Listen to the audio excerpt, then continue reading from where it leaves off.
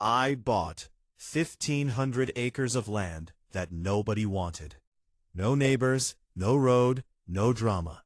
Just timber, creek water, and silence.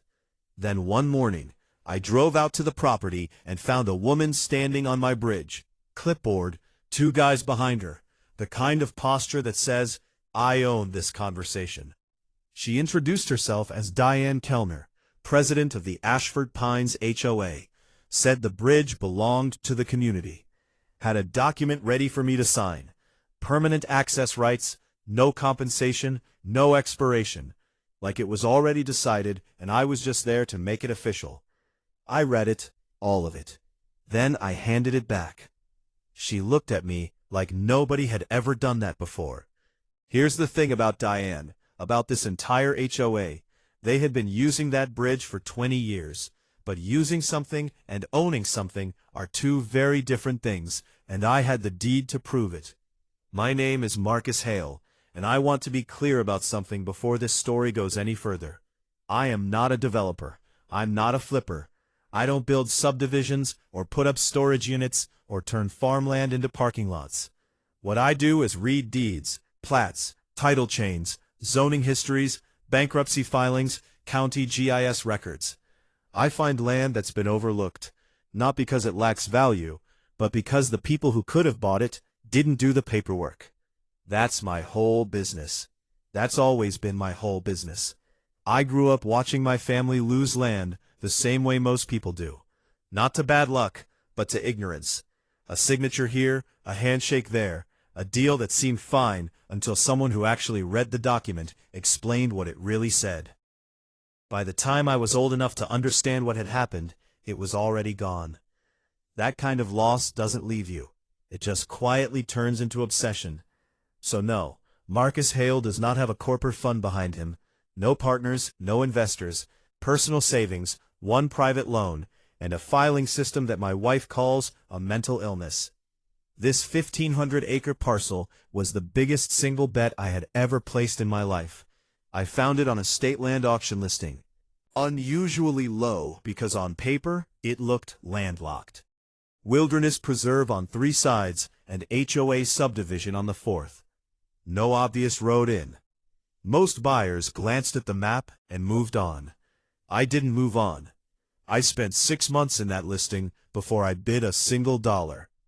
County GIS maps, old surveying plats from the 80s and 90s, deed records going back to the original timber company that cleared this land in the late 1980s. And what I found buried in a 1994 deed amendment, one paragraph, easy to miss, was a bridge, a single-lane crossing built in 1991 over Ridgercraftoft Creek, built by the logging company.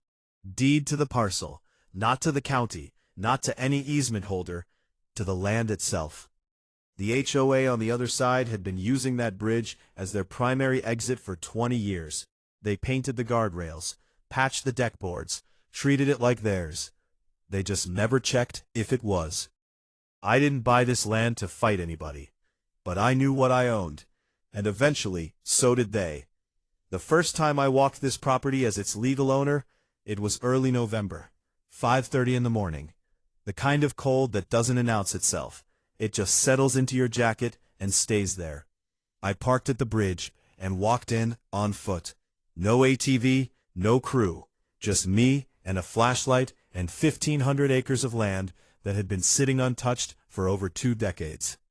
The smell hit me first. Pine resin and creek mud and something older underneath. Decomposed timber, wet earth, the kind of smell that tells you a forest has been doing its work without anyone watching. Ridger Creek was running low that time of year, but you could hear it the whole way in. That steady, indifferent sound of water that doesn't care who owns the deed. I had studied this land for 6 months on paper, maps, plats, satellite imagery, soil surveys, but walking it is different. Paper tells you what's there. Walking tells you what it's worth. The timber stands were better than I expected. Mature hardwood, oak, hickory, some poplar on the eastern third of the parcel. A 25-year rotation harvest, managed right, would generate real income, not retirement money. Working money, the kind that pays loans and justifies risk. The old quarry was on the western edge. Decommissioned in the early 90s, the crater had been slowly filling with groundwater and rainfall for 30 years. By the time I bought the land, it had cleared into something that looked less like an industrial wound and more like a natural pond. Ducks were already using it. I stood at the edge of it that first morning and thought, hunting leases, 8 clients at $4,000 a season. That's $32,000 a year from a hole in the ground that nobody wanted. The creek frontage ran for nearly a mile along the southern boundary. Conservation easement potential. The state DNR had been quietly expanding a wildlife corridor program in this county. 600 acres of protected land could mean a significant tax benefit and a long-term partnership that cost me nothing but a signature.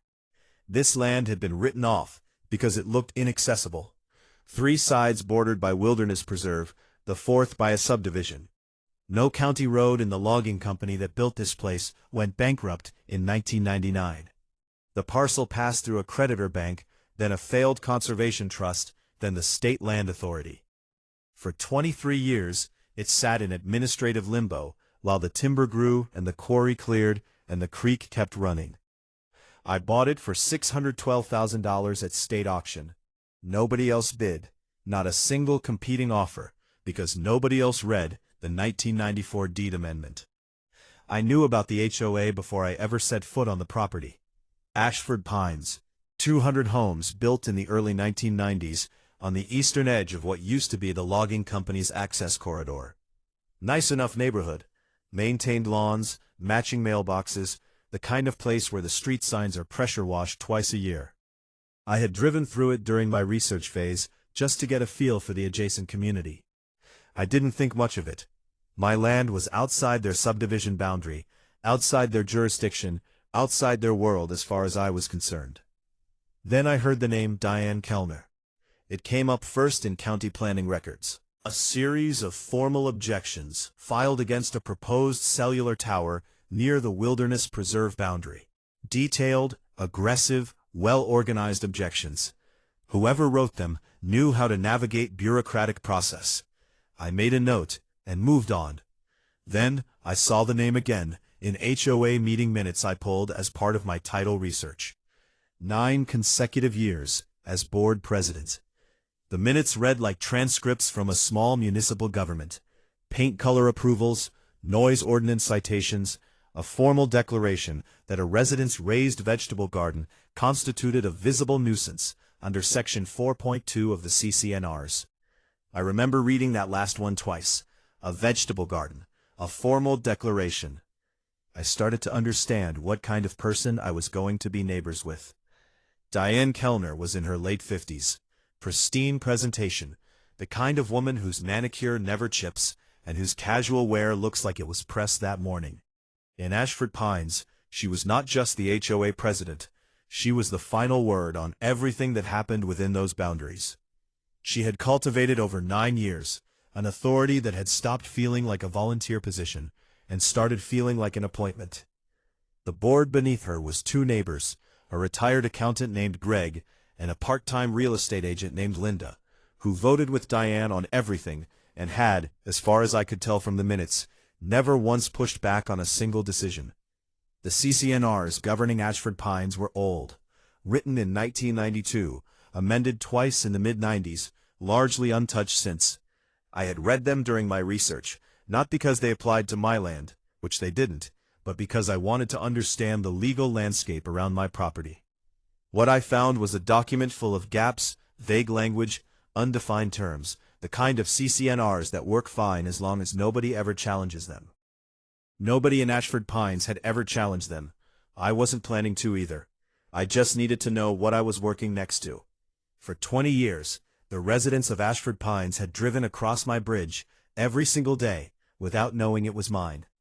There was a back road, a county-maintained gravel track that connected the subdivision to the highway from the north, unpaved, seasonal. It added 11 miles to the commute and turned to mud in the spring. Nobody used it unless they had to. The bridge over Richcraft-Off Creek was their road, the real one. Groceries, school runs, work commutes, emergency vehicles, everything that connected Ashford Pines to the rest of the county. Crossed that single-lane bridge every morning and every evening. The HOA had maintained it informally over the years. Patched the deck boards when they started to rot, painted the guardrails, replaced the reflective signage when it faded. They had a line item in their annual budget labeled bridge maintenance, $1,200 a year, every year going back at least a decade. I found it in the HOA financial disclosures that were part of the public record. They believed that maintenance established their right to the bridge, that 20 years of use and upkeep had made it theirs in some meaningful legal sense. It hadn't, and here's why that matters. In most U.S. states, to claim ownership of someone else's property through what's called adverse possession, you have to meet a very specific legal standard. The use has to be open, continuous, exclusive, and hostile, and it has to run for a statutory period, typically between 10 and 21 years, depending on the state. More importantly, if the true owner was genuinely unaware of the use, as happens frequently with parcels that pass through bankruptcy estates and sit in administrative limbo for decades, courts routinely reject adverse possession claims. You can maintain a bridge for 20 years. You can paint it and patch it and budget for it. None of that transfers a deed. Diane Kellner didn't know that. Her attorney, as I would eventually discover, hadn't told her. I want to be honest about what was at stake for me personally, because this story only makes sense if you understand what losing would have meant. The private loan I used to fund this purchase had a 3-year performance clause. That meant I had 36 months to demonstrate that the land was generating income. Timber leases, hunting operations, conservation easement proceeds, or the lender had the right to call the note. Default on a $380,000 loan secured by a parcel I just bought with no other major assets behind it. Every income stream I had planned for this land required bridge access. Timber crews need to move equipment. Hunting lease clients need to drive in. Conservation assessors need to walk the acreage. Without the bridge, the back road was the only option. 11 miles of mud and gravel that no timber company would commit to, and no hunting client would pay premium rates to endure. If Diane Kellner succeeded in claiming that bridge through legal pressure, through adverse possession, through a court-ordered easement, through any mechanism at all, my business plan collapsed. Not metaphorically. Literally. The numbers stopped working. That was my stake. Diane's stake was different. She didn't need the bridge the way I did. Ashford Pines already used it. What she wanted was control. A permanent easement or a deed transfer would have cemented her legacy, the president who secured the community's access forever. It would have given the HOA leverage over every future use of the adjacent land. It would have meant that whatever Marcus Hale planned to do with those 1,500 acres, he would have to come to Diane Kellner first and ask permission. She assumed I didn't know what I bought. She assumed wrong. 3 weeks after closing, I was walking my southern property line with a GPS unit and a notepad marking timber stand boundaries when I saw them. 3 people standing on my side of the bridge. Diane Kellner, I recognized from the HOA meeting photos I'd pulled during research. Late 50s, dark blazer, clipboard pressed against her chest like a shield. 2 men flanking her, one in a polo shirt, one in khakis, neither of whom looked like they spent much time outdoors. They were standing at the bridge approach on my land with the casual confidence of people who had never once considered that they might not belong there. I walked toward them slowly, no rush. I wanted to see how long it took before one of them looked uncomfortable. Diane didn't look uncomfortable. She smiled the way people smile when they think they're about to close a deal. She introduced herself, told me she represented the Ashford Pines Homeowners Association. Said she was glad we finally had a chance to meet, that the community had been looking forward to getting acquainted with the new landowner, that she hoped we could start things off on the right foot. Then she held out the document. It was a pre-drafted agreement. 4 pages, clean formatting, a signature line at the bottom already labeled with my name. Community access agreement across the top in bold. Permanent right-of-way for Ashford Pines' residents across the bridge and the access road in perpetuity. No compensation to me, no expiration clause, no provisions for renegotiation under any circumstance. I read every word, standing right there in the cold, while Diane waited with that smile. Then I took out my phone and photographed every page. Then I handed it back. The smile didn't disappear immediately. It took a second, like a signal traveling a long distance before it arrived. "Mr. Hale," she said, "this bridge has been used by this community for 20 years. I don't think you fully understand what you're dealing with." I looked at her for a moment before I answered. "I understand exactly what I'm dealing with," I said. "That's why I bought it." She held my gaze for 3 seconds. Then she turned and walked back across the bridge, her 2 associates falling in behind her. She didn't say another word, but I noticed before she reached the other side that she stopped and took photographs of the bridge, the deck, the supports, the approach road on my side. The machine was starting. I could feel it. I drove home that evening and called my attorney to give him a heads up. Not to file anything, just to make sure someone else knew what had happened and when. 14 days later, a certified letter arrived from a law firm I didn't recognize. The firm represented the Ashford Pines Homeowners Association. The letter was 3 pages, formal, and open with the kind of confident legal language designed to make the recipient feel like they've already lost. It asserted that the bridge and its approach road fell within a community easement corridor established in the original 1993 HOA plat map. It demanded that I cease any activity near the bridge that might interfere with established community access rights. It suggested in carefully worded language that stopped just short of a direct threat that failure to execute a right-of-way agreement would result in legal action to formalize the easement through the courts. I read it twice. Then I pulled the 1993 HOA plat map from my files. I had a copy because I had pulled every document associated with this property during my 6 months of research. The community easement corridor referenced in the letter was a utility line easement on the northwestern corner of the HOA's own subdivision. It had nothing to do with the bridge. It wasn't near the bridge. It didn't reference the bridge in any way. The attorney who wrote that letter had either never looked at the plat map himself, or he had looked at it and decided I probably hadn't. That was the first moment I understood exactly what kind of fight this was going to be. Within the same week, the HOA filed a formal complaint with the county planning department. The complaint alleged that I was conducting commercial operations without a permit in proximity to a residential area, specifically a truck parked near the bridge approach, while a timber survey crew worked the adjacent stand and equipment staged on the creek bank for an environmental assessment. None of this required a permit. None of it was subject to HOA oversight. My land was entirely outside the Ashford Pines subdivision boundary, which meant it was entirely outside the HOA's legal jurisdiction. Not partially outside, not ambiguously outside, completely unambiguously outside.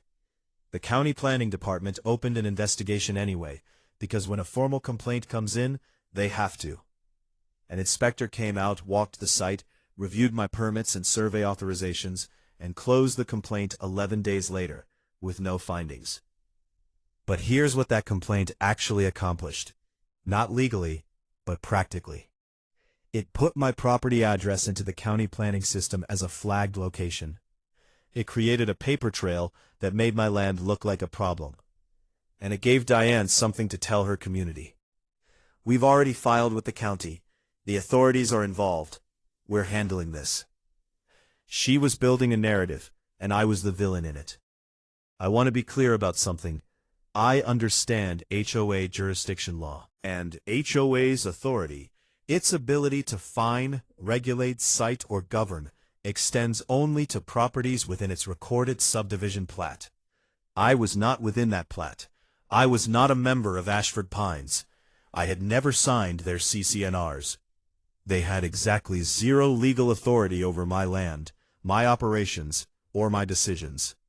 What they were doing wasn't enforcement. It was harassment with a letterhead.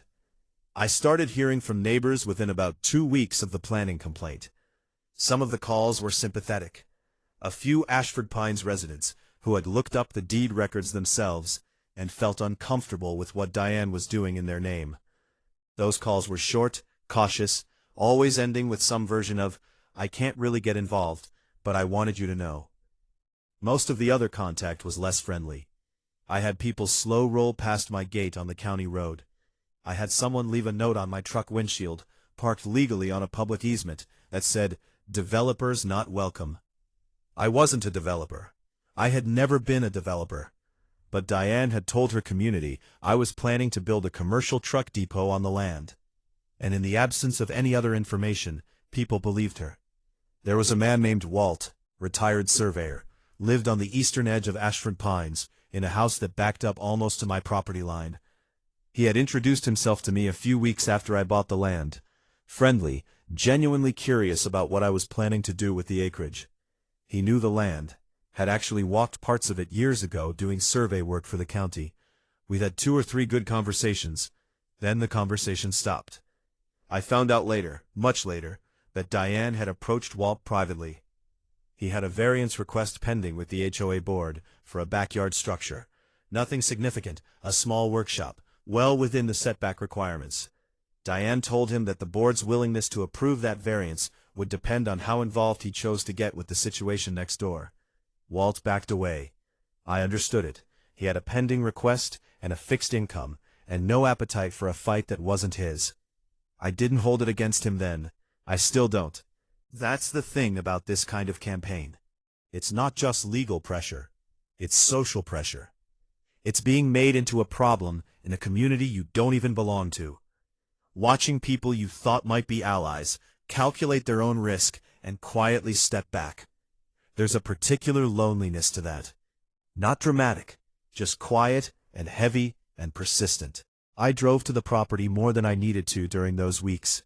Walked the timber stands, sat by the creek, reminded myself what I was actually fighting for. The call I had been dreading came on a Wednesday afternoon in late January. My private lender, calm voice, careful language. Someone had filed a notice of interest on my property at the county recorder's office. Had I been informed? Was there a title dispute I hadn't disclosed? A notice of interest, sometimes called a lis pendens in different contexts, is a legal instrument that announces to the world that a third party believes they have a claim on a piece of real property. It doesn't prove anything. It doesn't establish any rights. What it does is attach itself to the public record of the property and make every lender, every future buyer, every title insurance company pause and ask questions. It clouds the title. That's its entire purpose when used in bad faith. Not to assert a valid legal claim, but to create friction, to make the property harder to finance, harder to sell, harder to use as collateral, to turn a clean deed into a question mark. The notice had been filed by the HOA's attorney without, as I would later discover in deposition, any factual basis for an actual legal claim. His word for it, under oath, was preventative. I sat in my truck in the parking lot of a gas station and did the math. I had a 3-year performance clause on my loan. A clouded title meant my lender could classify the asset as encumbered. An encumbered asset changed the terms of the loan. Changed terms could trigger a review. A review at this stage, before the land was generating $1 of income, was not something I could afford to have go sideways. I was not afraid, but I was calculating, and the numbers were tight. And for the first time since I'd signed that auction bid, I felt the weight of how much I had put on this. I drove out to the property that evening, parked at the bridge, sat there in the dark, listening to Riddage Creek run beneath me. The boards held steady under the truck's weight, solid, unhurried, indifferent to all of it. I didn't come this far to hand it over. The camera was mounted on a fence post 12 feet from the bridge approach. On my land, I almost walked past it. It was positioned low, maybe 4 feet off the ground, and angled upward toward the bridge deck and the access road. Commercial-grade, weatherproof housing, the kind of equipment you buy when you want footage that will hold up. I stopped, crouched down, looked at it without touching it. It wasn't a county road camera. I knew what those looked like. It wasn't part of any wildlife survey. I would have been notified. The mounting hardware was fresh. The post it was attached to was on my side of the property line. Whoever installed it had walked onto my land to do it. I photographed it from 6 angles, logged the GPS coordinates, noted the GPS coordinates, noted the date and time. Then I left it exactly where it was. Back home, I traced the serial number through the manufacturer's registration system. The camera had been purchased through a commercial account, the HOA's property management company, bought 8 weeks earlier. 3 weeks before, Diane Kellner showed up on my bridge with her clipboard. She hadn't come to negotiate. She had come to assess. And when I said no, she decided to keep watching. Here is what she didn't know. In this state, and in most states across the country, placing a surveillance device on another person's private property without their knowledge or consent is not a civil matter. It is a criminal offense. The installation itself constitutes criminal trespass. The act of recording constitutes unlawful surveillance. The statute carries felony-level exposure, Class D in our jurisdiction, with civil liability on top, statutory damages, attorney's fees, the works. I called my attorney the next morning, not to report it yet, to understand exactly what I had. He listened to everything, the fake easement letter, the planning complaint, the notice of interest, the camera. He was quiet for a long moment. Then he said, "Marcus, they've handed you a loaded weapon. The question is when you want to fire it." I told him I wasn't ready yet. I wanted to see how far she would go. I didn't have to wait long. Walt called me on a Thursday evening, voice low, like he was worried someone might hear him through the phone. The HOA had called a community-wide meeting for the following Tuesday. I was not invited. Not that I had any expectation of being, but Walt had decided quietly that he was going to go, and that he was going to bring his phone. He called me afterward.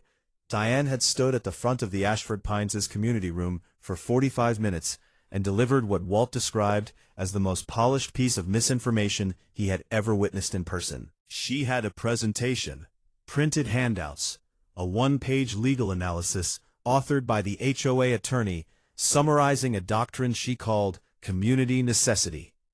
The idea that a residential community's long-standing reliance on an access route created an implied legal right to that route, regardless of the underlying deed.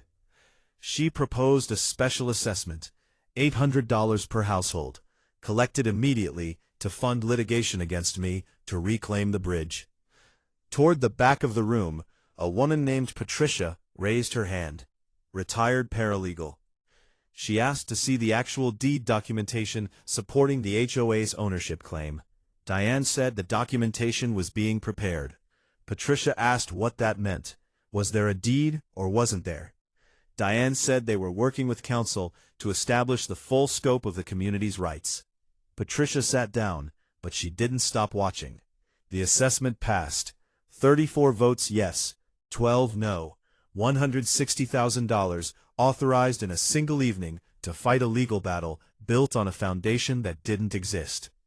Walt's recording caught all of it, including the part near the end where Diane told the room that I was a speculator trying to extort this community, and that legal action will resolve this quickly. A speculator trying to extort the community on tape in front of 46 people. I listened to that recording 3 times. Then I called my attorney and told him I was ready. I want to tell you something about the moment you decide to stop being patient. It doesn't feel like anger. It doesn't feel like triumph. It feels like clarity. Like a fog you've been standing in for months finally lifts, and you can see exactly where you are and exactly what you need to do next. I sat at my kitchen table on a Sunday night in early February with every document I had collected since the day Diane Counter walked onto my bridge. The fake easement letter, the planning complaint and its closure, the HOA plat map that proved their attorney had never looked at it, the notice of interest, and the deposition-ready admission that it had been filed without factual basis, the GPS document and surveillance camera purchased on the HOA management account, and Walt's recording. 45 minutes of a community being misled by their own president, including 32 words of clean, unambiguous defamation delivered in front of 46 witnesses. I laid it all out, organized it by date, read through it start to finish, like I was reading someone else's story. Then I called my attorney and told him to file. The civil complaint we submitted to County Circuit Court 6 weeks after that community meeting ran 34 pages. 5 counts. Count 1, slander, per se, and defamation. Diane's recorded statement that I was a speculator trying to extort this community, made publicly, made falsely, made to a room full of people, who then voted to spend $160,000 based partly on that characterization. Count 2, Torvious interference with property rights, the fake violation citations, the baseless planning complaint, the manufactured legal threats designed to disrupt my lawful use of my own land. Count 3, unlawful surveillance and criminal trespass.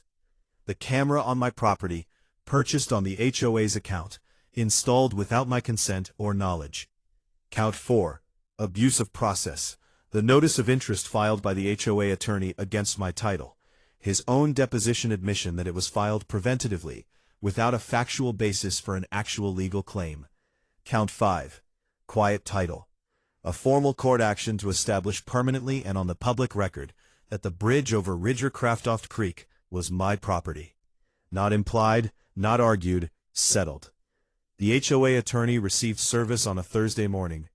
My attorney told me he went silent for 11 days. No letters, no calls, no certified mail.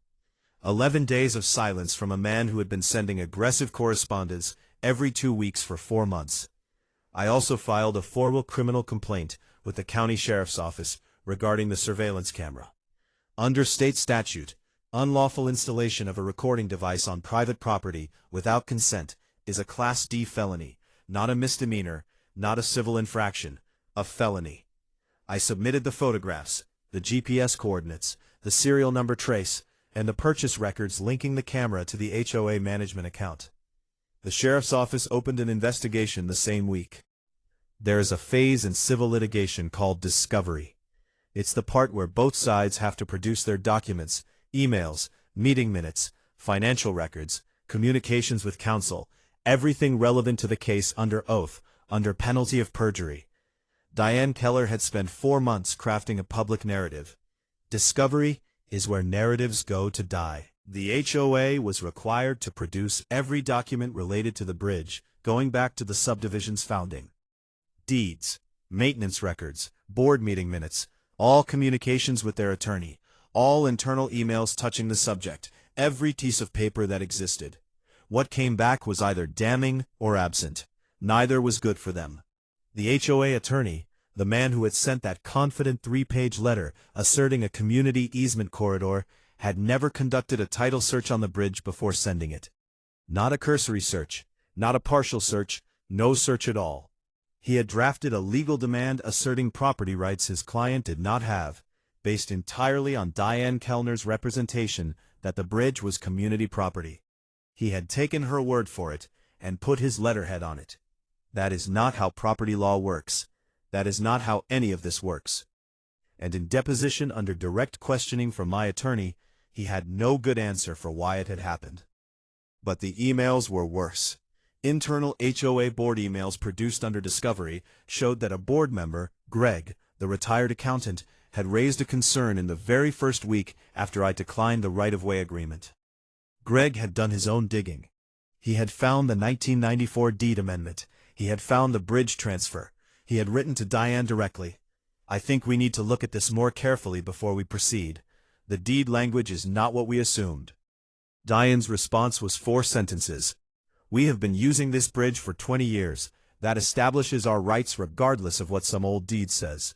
Do not raise this at the board meeting, and don't put anything else in writing. Don't put anything else in writing. She knew she had known from the beginning, or close enough to the beginning, that it made no meaningful difference, that the legal foundation of her entire campaign was hollow, and she had made a deliberate choice to suppress that information and proceed anyway, to spend her community's money to defame me publicly, to authorize illegal surveillance, to file a bad faith cloud on my title. All of it with full knowledge that the bridge was not hers. The community necessity doctrine she had cited in her presentation to homeowners. The legal theory her attorney had summarized in his one-page handout did not exist in our state statutes. My attorney searched case law going back 40 years. There was no precedent, no appellate ruling, no trial court decision. The HOA attorney in deposition could not cite a single case in any jurisdiction where this doctrine had been successfully applied to a bridge access dispute. When my attorney asked him directly where the doctrine came from, he said he had found a reference to it in a secondary legal commentary publication. Not a statute, not a case, a commentary. He had built a legal theory for a $160,000 community assessment on a footnote in a legal journal. The notice of interest was a final piece. In his deposition, the HOA attorney acknowledged that at the time of filing, he had not identified a specific legal instrument granting the HOA any interest in the property.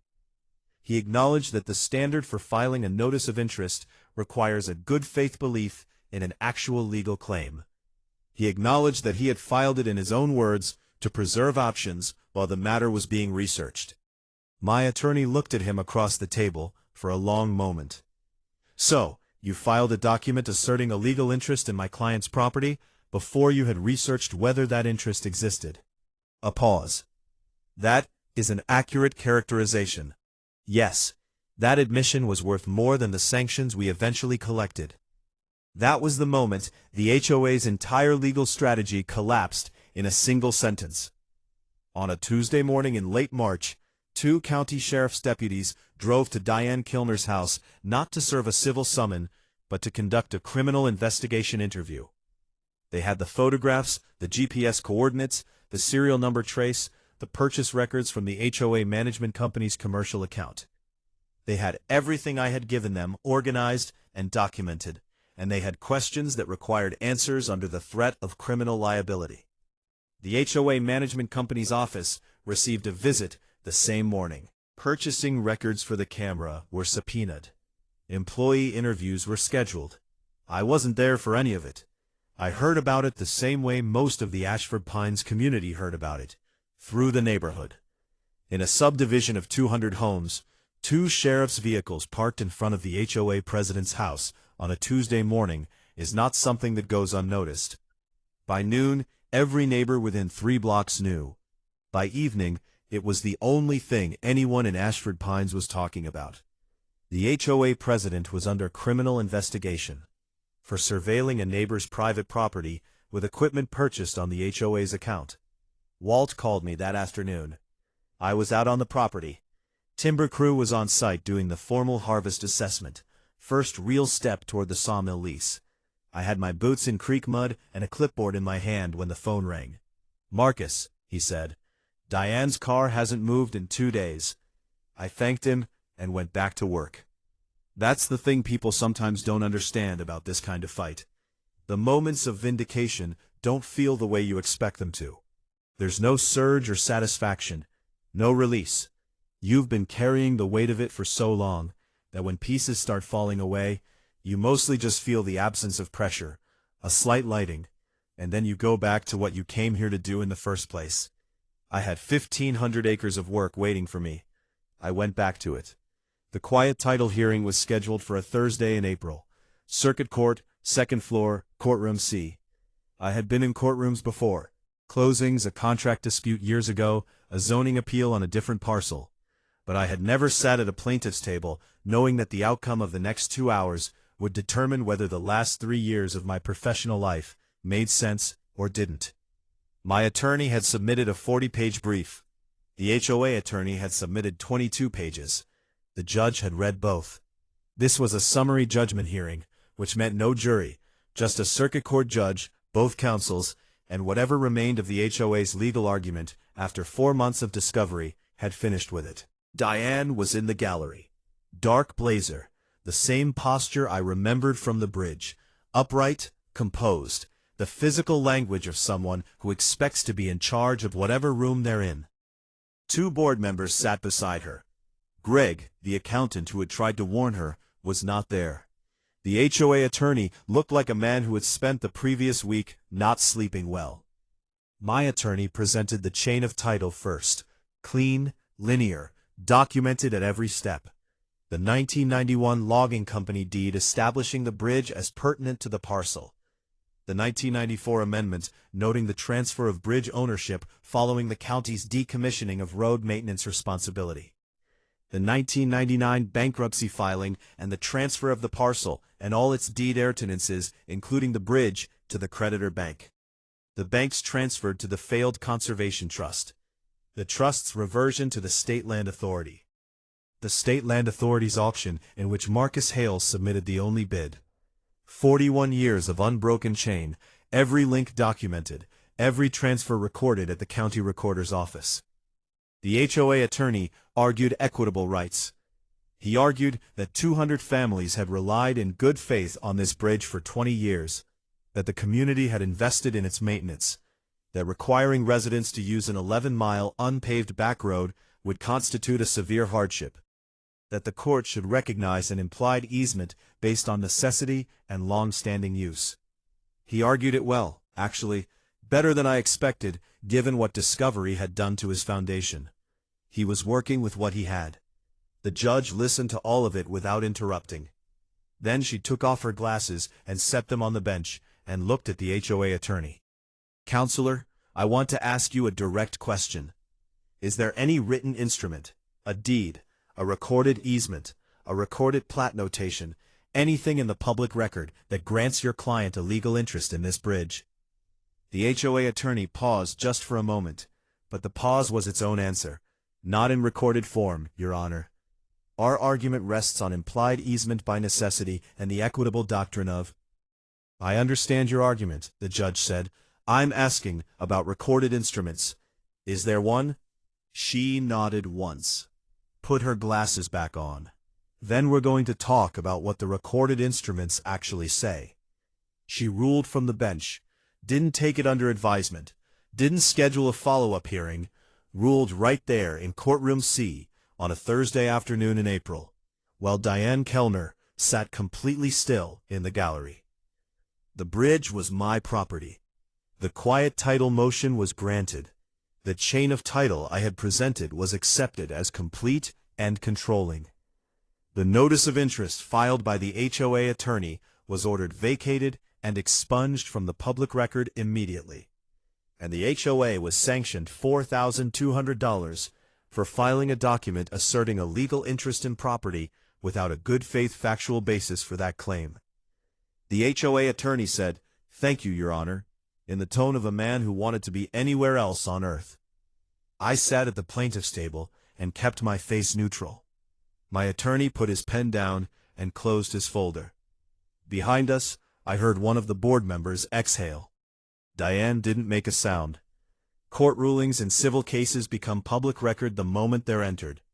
By Friday morning, the judgment was on the county court's online docket. Case number, parties, outcome, sanctions. Anyone who knew where to look could find it in 4 clicks. Patricia knew where to look. She posted the full judgment in the Ashford Pines Facebook group at 7:14 on Friday morning, with a single line of text above it. "I think everyone should read this." By noon, she had added the discovery emails. They were part of the public court record, attached as exhibits to my attorney's summary judgment brief, filed months earlier, including the one from Diane Gregg, the one that said don't put anything else in writing. The group fractured in real time.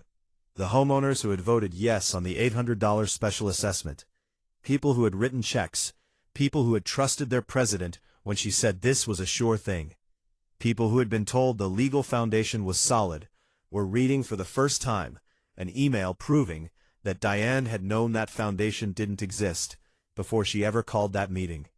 $160,000 gone, spent on litigation built on a lie, authorized by a community that had been deliberately misled by the person they had elected to represent them. The comments went on for hours. Some were furious. Some were heartbroken. A few were people who had voted no at the meeting, quietly saying they had tried to pump the brakes and been shouted down. Patricia wrote, "She told us this was a sure thing. She had emails proving she knew it wasn't. A petition for an emergency board meeting to remove Diane as president reached 112 signatures by Saturday evening. Diane's personal attorney, not the HOA attorney, her own newly retained personal attorney, advised her not to attend the board meeting. She didn't. The criminal investigation was still open. The defamation settlement was still being negotiated. There was more to come. But standing in my kitchen that Friday evening, reading through the Facebook thread on my phone, I felt something I hadn't felt in a long time in connection with this land. Quiet. Just quiet. Diane Kellner resigned as HOA president on a Wednesday morning, 3 weeks after the court ruling. The resignation letter was 4 sentences. It cited a desire to allow the community to focus on moving forward and expressed gratitude for 9 years of service. No acknowledgement of what had happened. No apology to the homeowners whose money had funded a campaign she knew was built on nothing. No apology to me. I read it once and set it down. Some people, when they finally lose, find a way to learn something from it, and some people find a way to exit the room without ever quite admitting they were wrong. Diane was the second kind. I wasn't surprised. You don't spend 9 years ruling a 200-home subdivision by developing a strong capacity for self-reflection. The criminal investigation concluded 6 weeks after the quiet title ruling. The county sheriff's office presented its findings to the district attorney. The DA reviewed the evidence, the camera, the purchase records, the GPS documentation, the installation on my private property without consent, and filed charges. Diane was cited under the state's unlawful surveillance statute, Class D felony. Her personal attorney negotiated a plea to a reduced charge, criminal mischief, before it reached trial. The sentence, 18 months of unsupervised probation, a $3,500 fine, and 100 hours of community service. It wasn't prison. I want to be honest about that. Some people hear this story and want a more dramatic ending. Handcuffs, a purr walk, something cinematic. That's not what happened. What happened was a woman in her late 50s with no prior record negotiated a plea that kept her out of a courtroom and off a jury's radar. The system worked exactly the way it usually works for first-time offenders with good attorneys. But here's what the plea meant in practical terms. It meant Diane Kellner had a criminal record.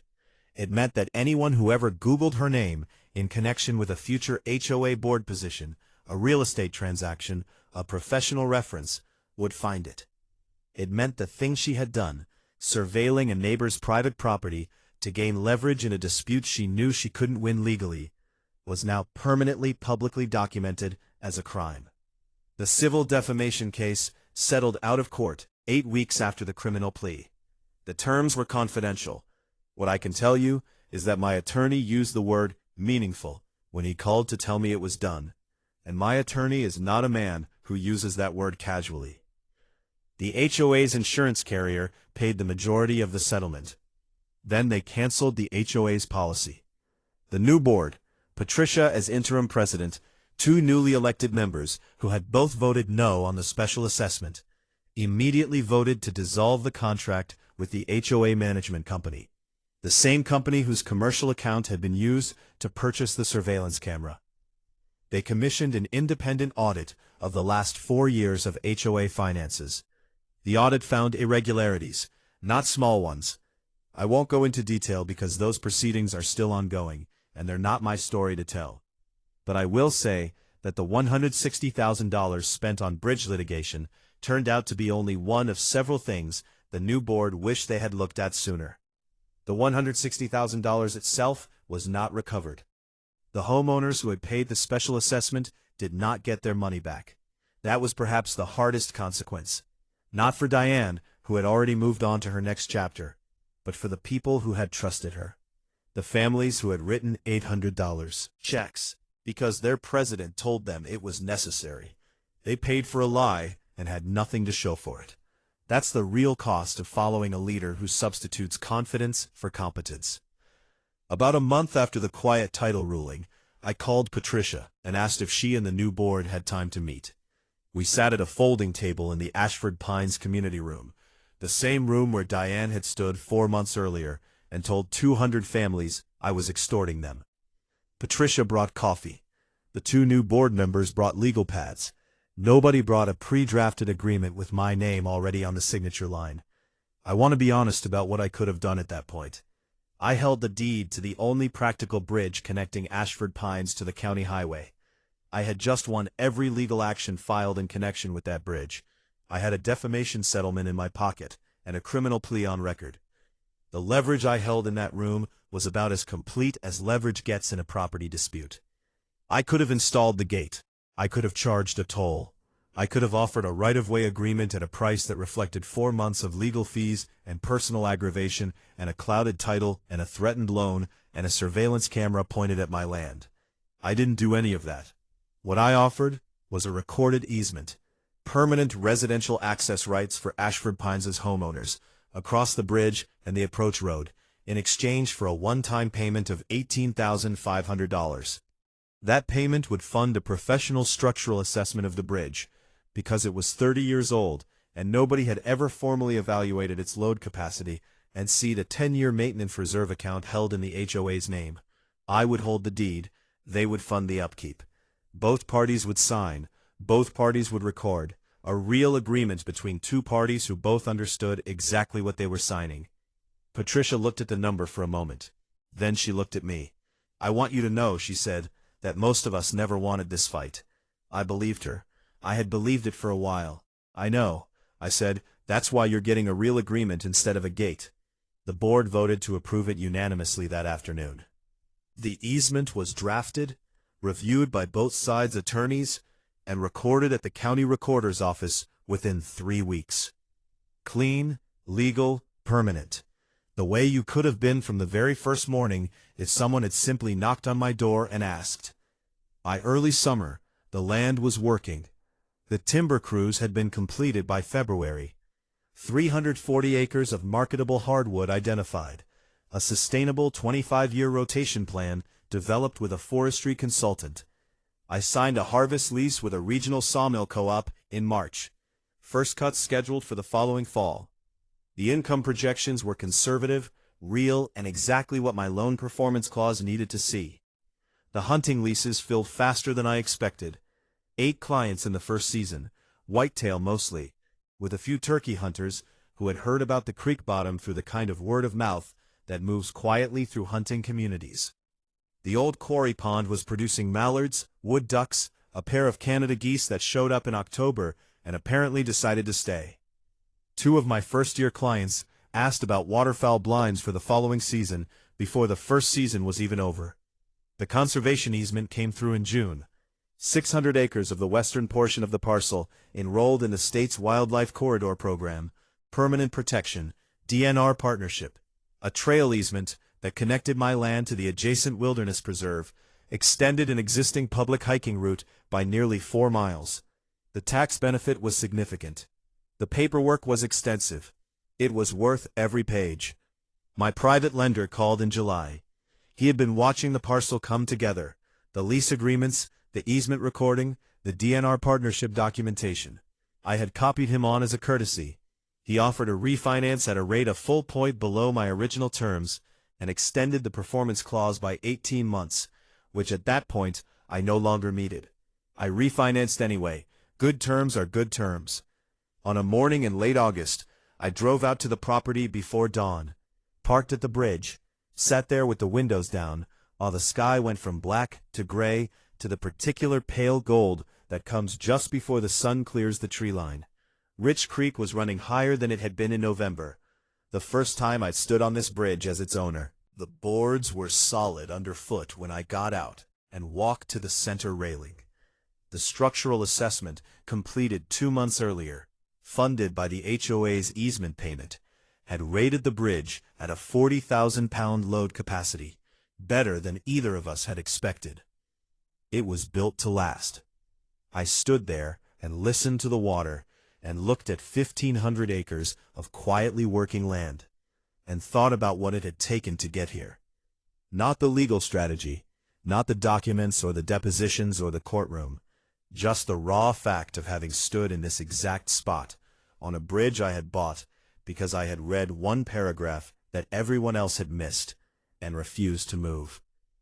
People ask me sometimes what I would have done differently. Honestly, not much. I would have hired the attorney earlier, not to file sooner, but to have counsel in place before the first certified letter arrived, so there was no gap between receiving a legal threat and having a legal response ready. That's a tactical adjustment, not a regret. The rest of it, I do the same way.